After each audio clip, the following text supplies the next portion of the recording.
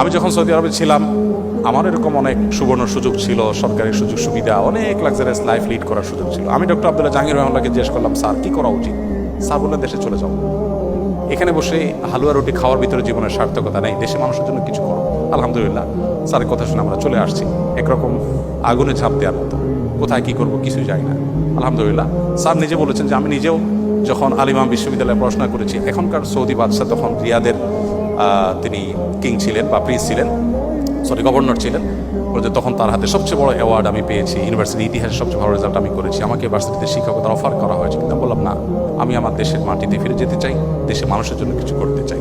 তো সাল দ্বারা অনুপ্রাণিত হয়ে আমিও ফিরে এসেছি। আমি আপনাদেরকে বলবো, যেখানে থাকুন না কেন, আপনি যেন ওই যে বললাম ব্রত হবে সেবা, নিজে একটু ভালো থাকার জন্য কোথাও থাকা, এটা তো আসলে কোনো বুদ্ধিমান মানুষের বা মুসলমানের কাজ হতে পারে না। ইসলাম বহির্ভূত কোনো দেশ বা ইসলামের চর্চা তেমন করা হয় না, এরকম কোনো দেশে উচ্চশিক্ষার জন্য পড়তে যাওয়া ধর্মীয় দৃষ্টিকোণ থেকে কতটা উপযুক্ত?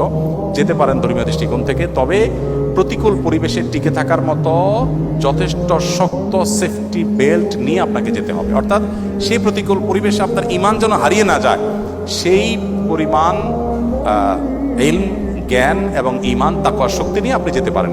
যদি আপনি সেখানে হারিয়ে না যান, সেখানে গিয়ে মুসলিম কমিউনিটির সাথে থাকলেন, কানেক্টেড থাকলেন, এর মাধ্যমে আপনি হয়তো আপনার ঈমানকে ইনশাআল্লাহ হেফাজত করতে পারেন। যদিও দুর্ভাগ্যজনক বাস্তবতা হলো, গেলে কেউ আর আসতে চায় না, গেলে কেউ আর আসতে চায় না।